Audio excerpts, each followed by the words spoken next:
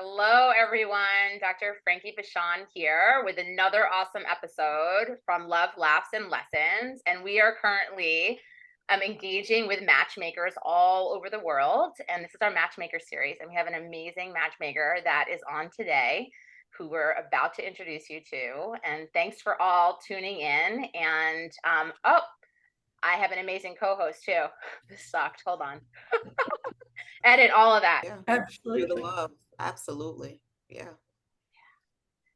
So Tammy, tell us how you do what you do. Like all of us matchmakers do it a little differently. Right. I always ask, have you interviewed with a matchmaker before when I talk to someone new? Most have not. But those that have, I said, let me tell you, I interview differently than other matchmakers. I said, my background is news.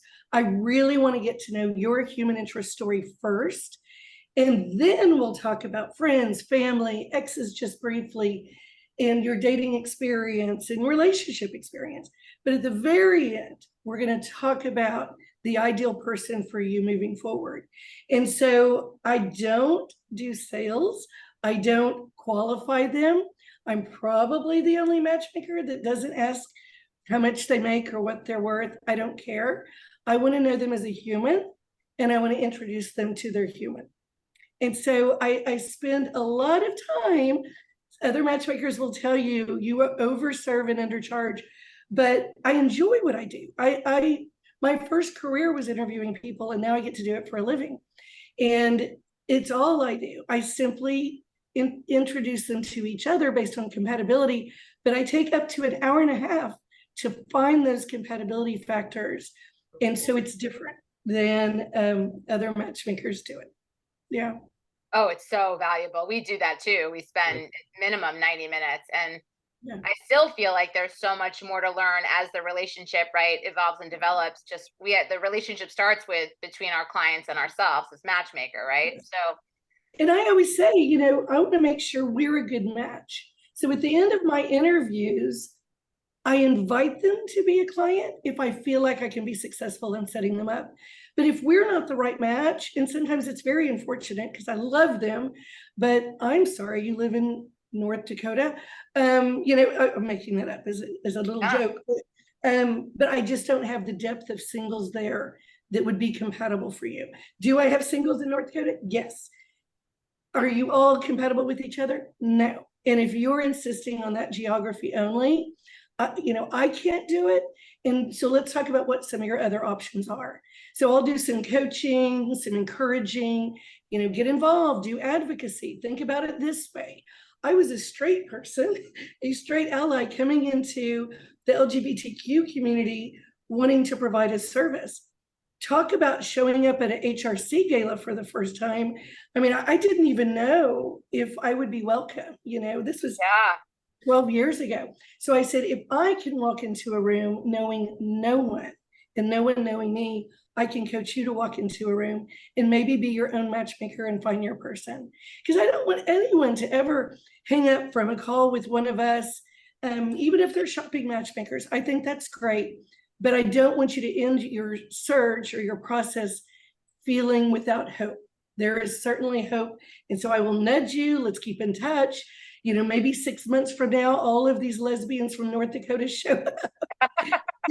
And I'm going to call you back and we're going to work together, So to me, I was a client. And you have to be very vulnerable to finally make the call to a matchmaker. And I never want anyone to leave that call or that Zoom and say, well, I guess there's no one out there for me. Just the opposite. I want them to know there's someone. And I'm going to nudge you, and we're going to get this universe all in line for, your person's looking for you too. You just haven't met yet. That's all. Yeah, That's right. Exactly. Yeah. So you get to know them. You spend a lot of time asking them all that, like all the important things. And then do they communicate with you directly as matchmaker? Do you have a team that they communicate with? How long do they work with you for? You bet. I am blessed to have an awesome team. And two of the women that worked with me at other organizations. And so we have lived experiences together. And then I went to each of them and said, you were so great to work with before. Would you be a part of my company? And so all of my staff supports me. I'm the matchmaker. I do all the interviews.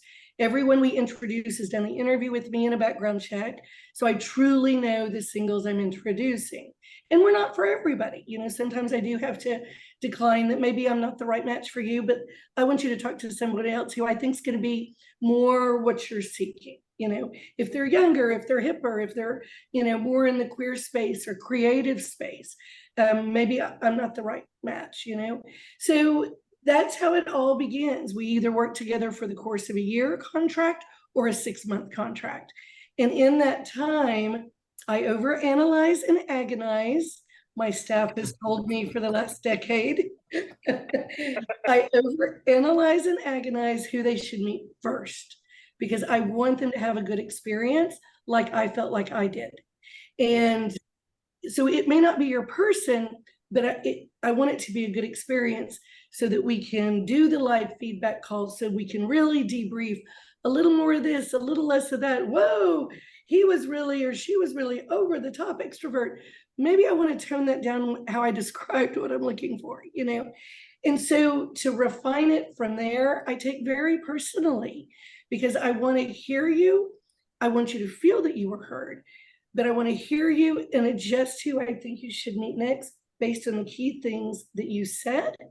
And like you said, Dr. Frankie, we're in a relationship now, and I'm getting to know you better. And I thought you wanted this, and what I presented you was too much of that. So let's tone it down a little bit. And it's such a fascinating, to me, it's anthropology. It's the study of people. And you're the licensed therapist. I'm a certified matchmaker, but I love sociology. I love anthropology. I love the human interest story. Unique. And to pair such a unique person with another equally fascinating and unique person, and they're it. Oh, there's nothing more fulfilling and satisfying. Truly. I think we agree. We do agree. And Tammy, your passion for this work, it speaks volumes, and how vested you are in what you do. And that's what makes you so great. I think that all the great matchmakers have the same thing, that passion, the intuition, the know-how, and wanting the best. I think that we want so much more for our clients, sometimes even more than what they want for themselves. I would agree with you, Denise. There are times that, and I'm sure both of you have experienced this, I'll be interviewing a phenomenal single, but they don't think they're phenomenal. and I'm thinking, almost like I'm their aunt, right? Because aunts love their nieces and nephews, right? So I'm like the aunt going, no, you are incredibly eligible. You're financially stable, you're balanced, you've got work life, you're all the things, really? And I said, please, I interview humans for a living.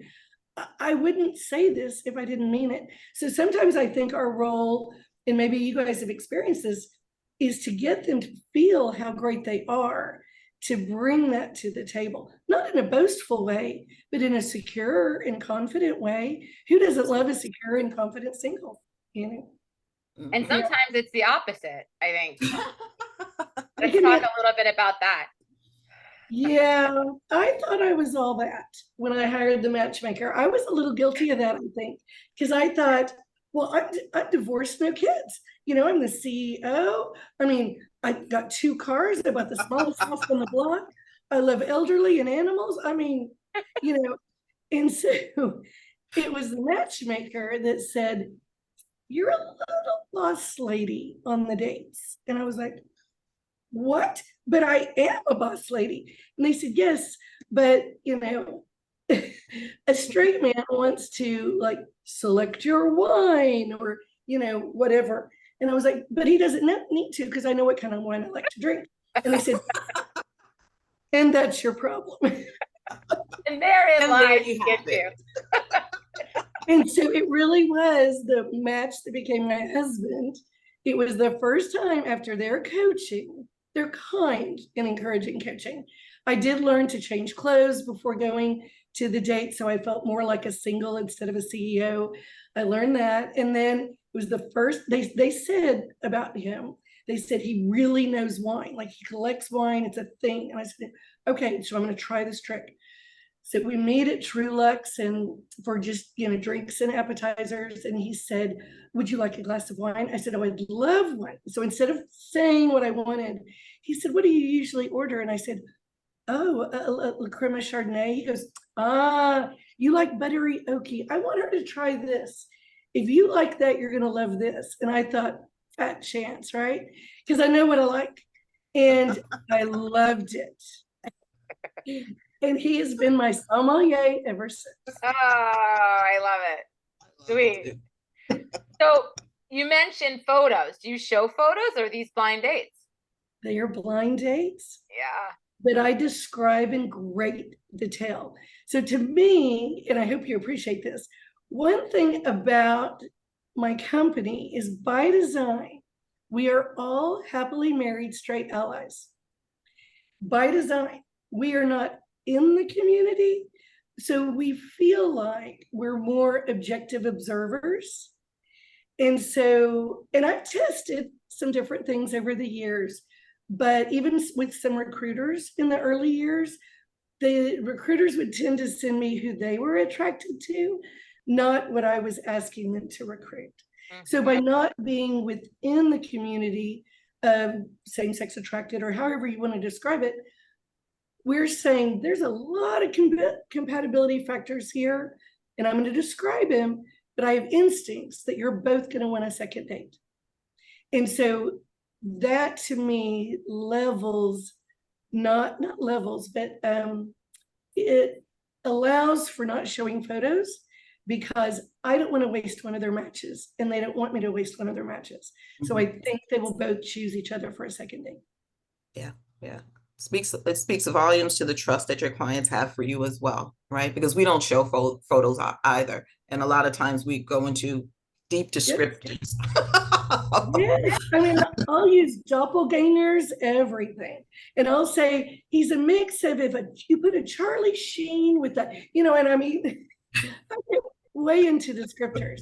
So even when the matchmaker described the match that became my husband, they said slender surfer body, lifelong surfer, full head of silver wavy hair. I mean, they went into great descriptors. So I pictured in my mind a little bit of Ralph Lauren, a little bit of Richard Branson, with a little bit of Jimmy Buffett. And we've been together 17 years, and in person, he has been asked, usually when we travel, are you Richard Branson? Are you Ralph Lauren? Are you Jimmy Buffett? Yeah. Wow. So I use that, how well they described him to me, I try to do for my clients. Absolutely. Yeah. And it helps our clients walk into the date more secure, more confident. I'm sure you did. And excited, right? Mm-hmm. And open. And that's what we want our clients to be, open and excited and ready, putting their best foot forward. And trust us. Trust that we got their back and we're listening and we care and we know what we're doing. And it's hard for our clients, right? Because they're running companies. They know what they want. They may not know what they need. Yeah. My favorite thing is when the self-identified control freak says, I guess I'm having a hard time giving up control. I was like, you think? Really? Yeah. And so I had a client the other day, he said, I'm just having such a hard time with this, that you're in control of this.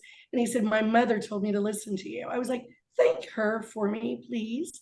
Because this is what I do. And this is all I do, all day, every day. This is our career, especially for me. And respectfully, I say this, I'm a matchmaker and have a successful business for over a decade in a community I'm not even a member of.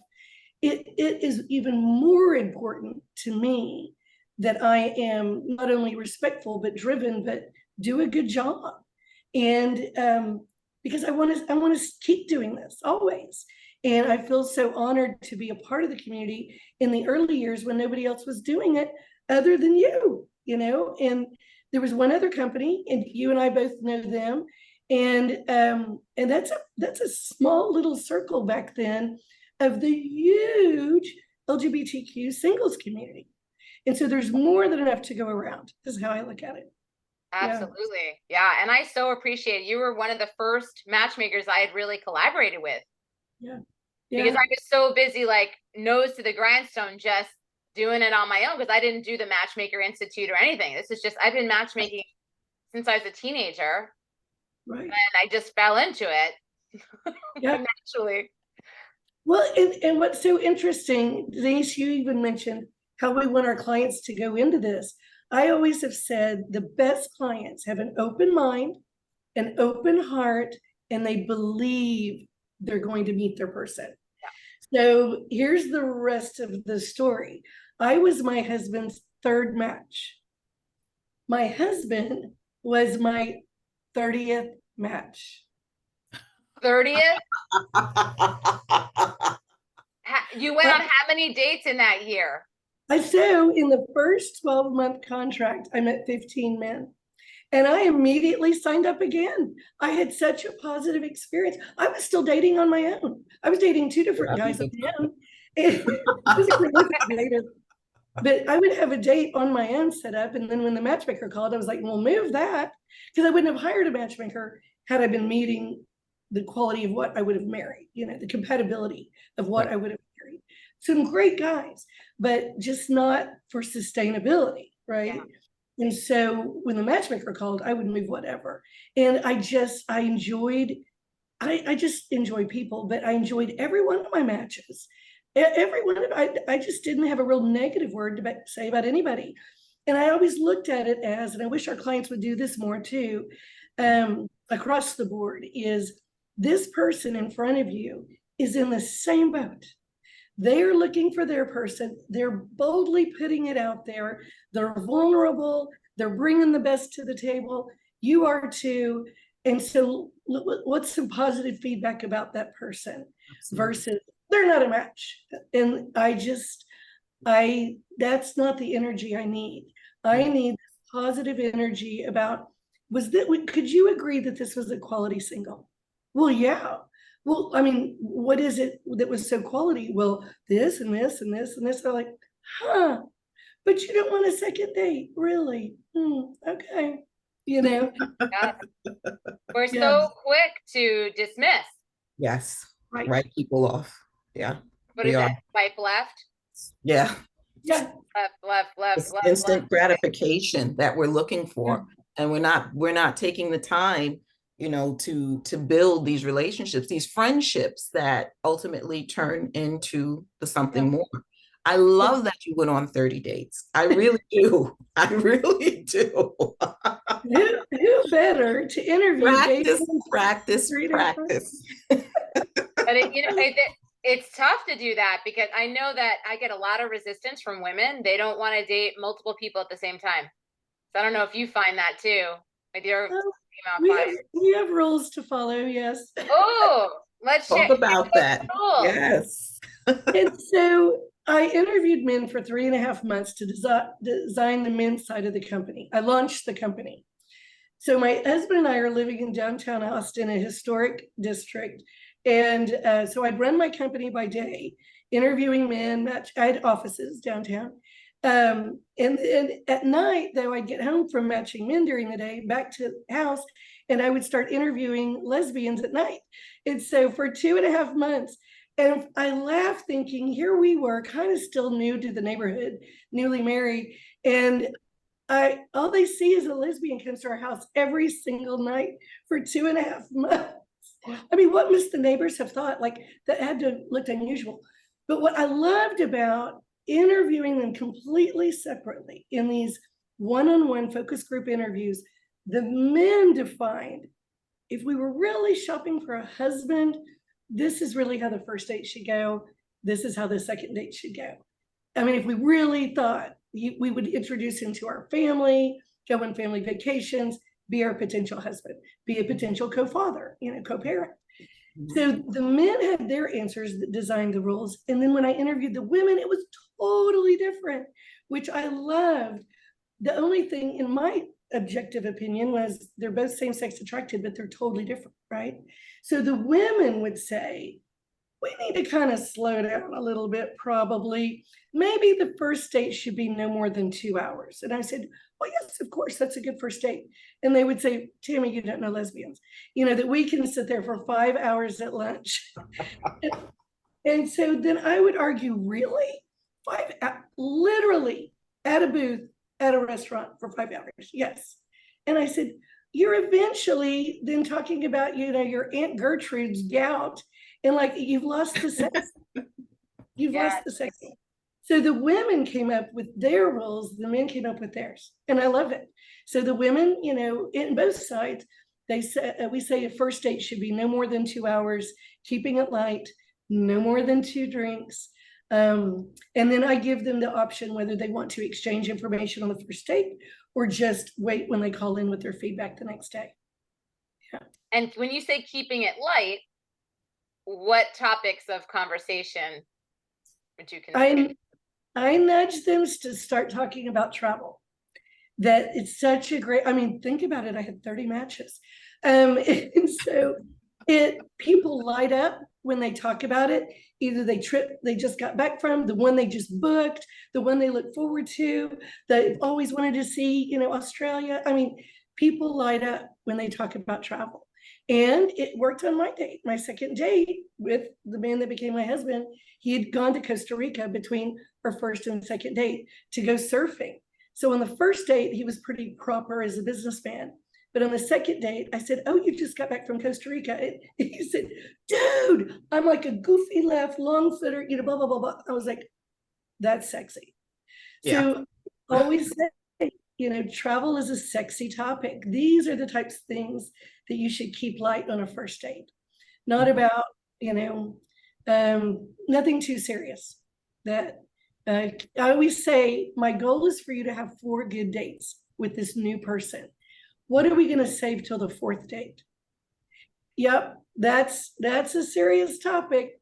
4th date bucket. Exactly. That's good. Yeah. So I would even, that was my own policy. If it led to a 4th date, I would talk about my divorce. But because men always ask. But if it didn't lead to a 4th date, why do they need to know all that personal business? That's right. Yeah. Right. Yeah. So I think, and I don't know about you, but of all these shows, last year alone, Netflix was in production with 9 shows. Now I think there's 11 on that have to do with love, dating, sex, picking, marriage, whatever. All those shows. And I think they're doing it wrong, but they're doing it for television, for viewers. So they have people asking these serious questions. How many kids do you want on a first date? I would have been, whoa, dude, I just met you. So even by singles watching those shows, I think it's taking them into, oh, this is how you go on a first date. No, that's how you shoot a reality show. Yeah, that's how you shoot a reality show. And the thing is that people have to understand that it's based on, it's for entertainment, right? It isn't real life. It's like back in the day, and I'm dating myself, you turn to Cosmopolitan to find out where you're supposed to meet the guy, so how to flirt. That's right. Look up, look down, look straight, look to the left, Well, it's been really interesting to see all these matchmaker shows popping up. Indian Matchmaker and Matchmaker and Love on the Spectrum, and then the Jewish Matchmaker. I think Love it's important for people to see. Very good. Matchmaking is an option. That's it. And more are Googling Matchmaker as a result of that. Yeah. And what's so interesting, my youngest client's 23, my oldest is 83. And so for a 70-something to call in and say, listen, I've got one more episode of Jewish Matchmaker left, but I wanted to go ahead and get on your calendar first. And I was like, whoa, what's your name? Where are you calling from? It's like they're already ready to do the interview because they watched the show and they get it. They get it. Yeah. And it's an option now, where before it was a big secret, right? How many weddings I've gone to where they asked me not to say how I met them. Right. You know? Right. Yeah. I actually So, prefer that when they ask me not to say anything, because what happens is the minute you say it, you become the focus. People are so, their guests are so interested in hearing that story. And it's like, yeah. oh, this is No, we're at amazing. their wedding. The wedding, I don't. Yeah. It's so funny. So far I've had a policy that I don't attend. And it's because I need to channel that time, expense, all of that into the next couple to be as successful as you. And so, but I've had some great gifts that have been sent to me, which is kind of funny because it's their wedding, but we're getting the gifts. Yeah. So it's lovely. It's lovely because I was the same way. And I come at it just so differently. I don't ask my clients to give testimonials. I don't ever use anybody's real name or age or city. If you see a testimonial on our website, the testimonial is real. The words are real, but the age, sometimes the sex, but in the city has been changed because I just like how discreet I felt like matchmaking was for me. It's an introduction service that I know how to date. You just introduce me and get out of the way. I've hired you to introduce me. So that's how I kind of look at it. I'm introducing you. I get out of the way. You both went on hold. You say you're in a relationship. I'm on to the next couple, you know? And so I don't look at it as I need to be a part of the equation anymore. Yeah. But they don't let you go, Tammy. I matched my first couple, I'm gonna say probably 13 years ago. And up until I left Canada, I still was in communication with them and still got Christmas wine and Yeah. Yeah. and was I at did. their wedding and cried like a baby. You would have thought I was the mother. There's nothing more exciting than being able to facilitate. To see, It's being the conduit that, maybe the universe would have eventually introduced these two people, but more than likely not. And so think about the 29 matches I had before the one that became my husband. 29 times I thought across from the table, a glass of wine and an appetizer, I would think, gosh, this is a quality person living right here in Austin, Texas. I've never met him before. We don't have any mutual friends. We don't have any mutual even contacts or lawyers in common or doctors in common, literally nothing. And then all of those years later, 15 years later, I never saw one of those 29 men ever again. Never at a Starbucks, never at a restaurant, never at a movie or ACL Fest. I never saw any of those 29 men ever again, which told me they truly introduced me to men I would have never met otherwise. That's right. Mm-hmm. Because we all go to our own little pockets of our community. Yes. And we have a routine. That's it. Yeah. And It's another thing. Circle. It breaks. I always used to say that. Yeah. And yeah. working with a matchmaker, you break those patterns. We Yes. tend to be attracted to the same type of person. Yes. Yes. Oh, we pick the restaurant, we make the reservation when we set up a couple. And one of my team members, she's so good at it. I don't know how she does it, but she'll be picking a restaurant in New York City, and making the reservation. And more than likely, both parties in their feedback the next day say, that place is great.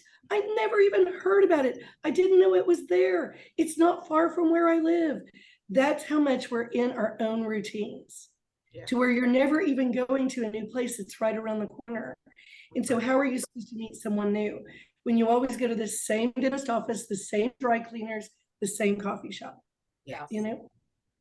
So we've saved all the best from all those other places. Look at all the benefits of working with a matchmaker. Get you out of your comfort zone, meeting people you wouldn't otherwise meet, having, experiencing new restaurants you wouldn't have found necessarily. Love it. So can folks get into your database for free? I've never advertised it. In fact, I've never advertised, but I've done sponsorships in the early years in LGBT advocacy, HRC, Federal Club, all of that. But I've never advertised, and I've never advertised Be Free in my database. But The joke is I won't kick anyone out of bed. So anyone who contacts me, we put them in the system for sure. And we'll do that initial phone call. We won't always do a Zoom.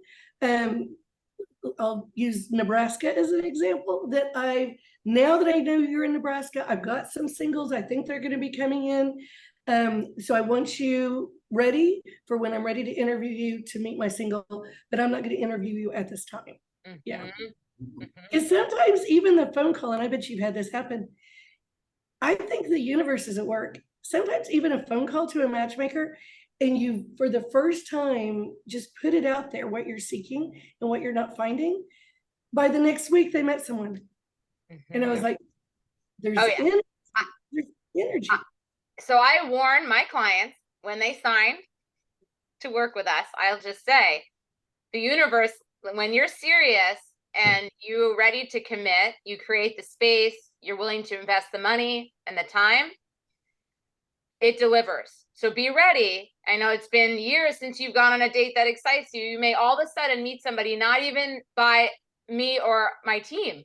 You may just it may happen. So don't be surprised.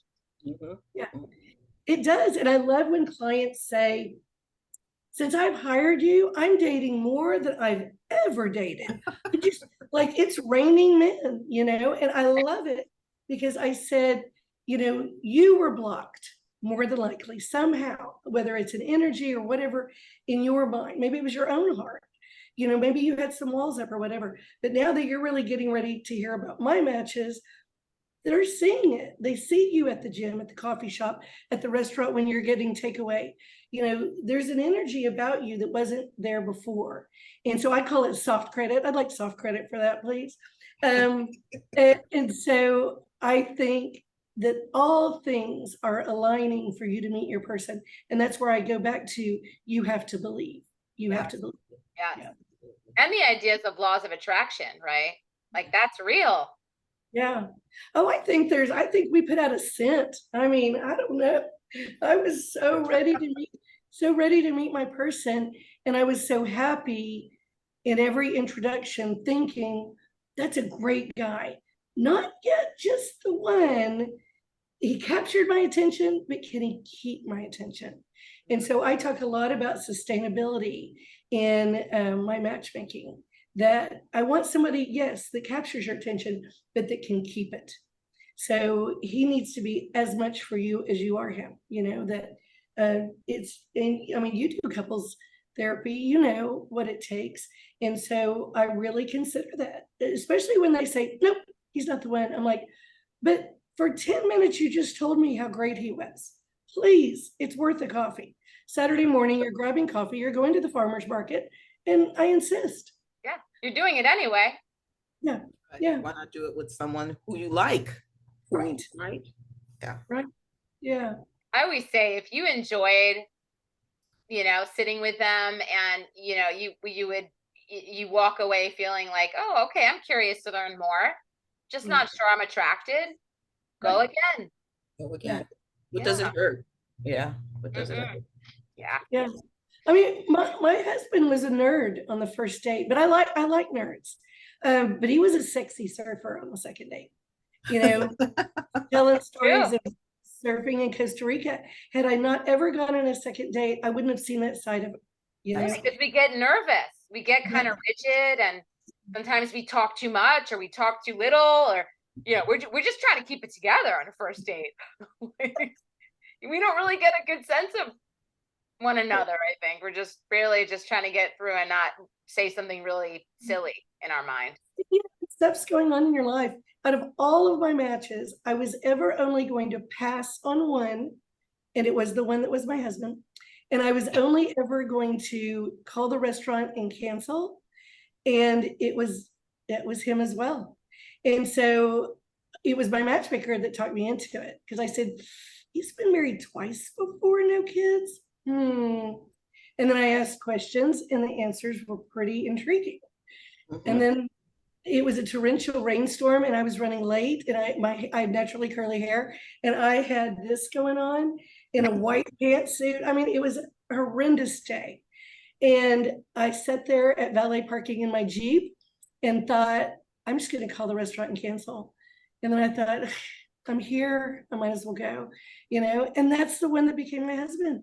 And so I always say, come on, you've leaned into this. Don't stop, just keep going, keep going. If he sees you flawed, having a bad day, it wasn't the greatest first date, that's okay. Ideally, it's going to lead to a second date and you're going to be more relaxed. You're going to laugh about how goofy that was. And he still laughs about how goofy that was. He said, you look like a drowned rat. I was like, thank you. But I liked you.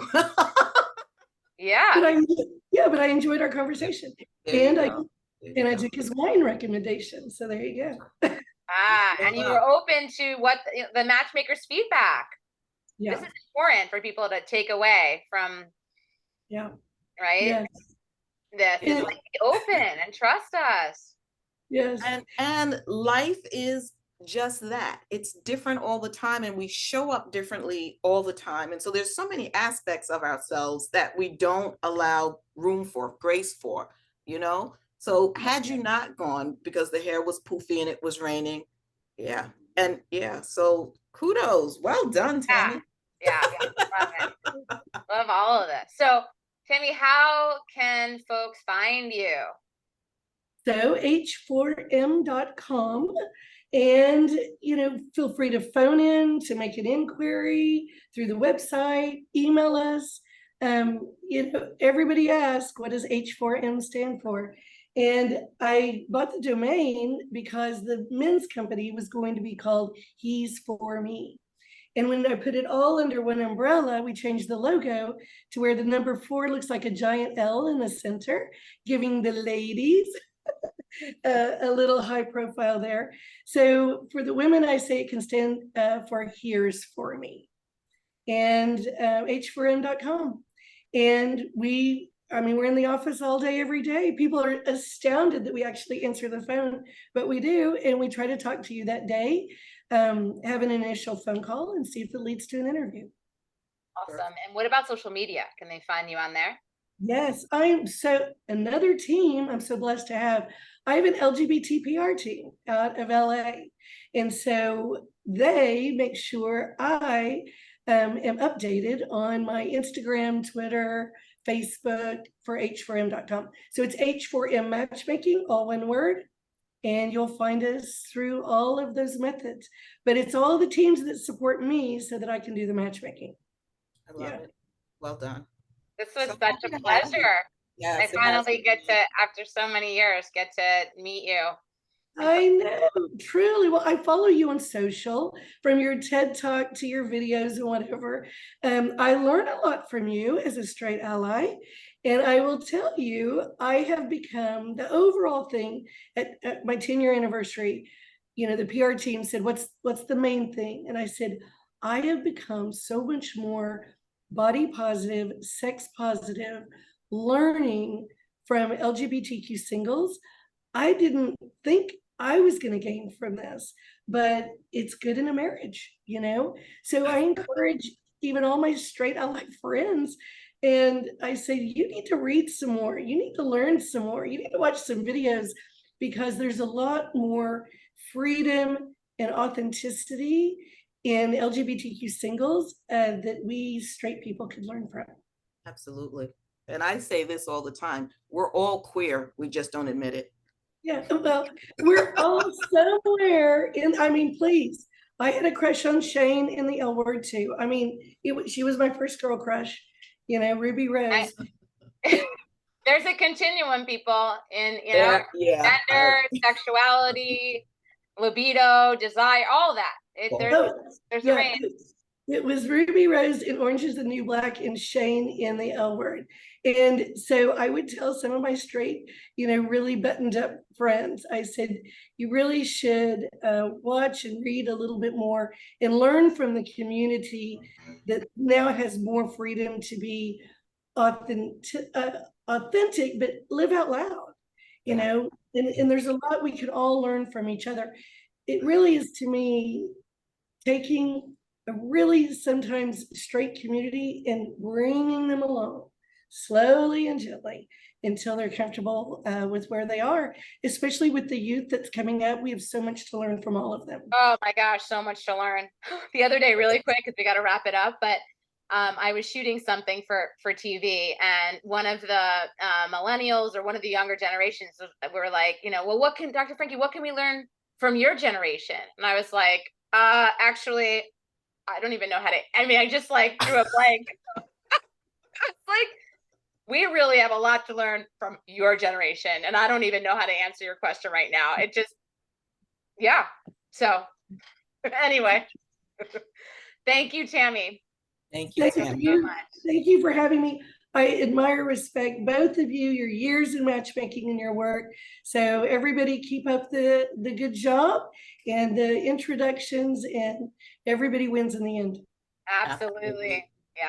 Awesome. Thanks everyone for listening. Thanks everyone for listening. Bye.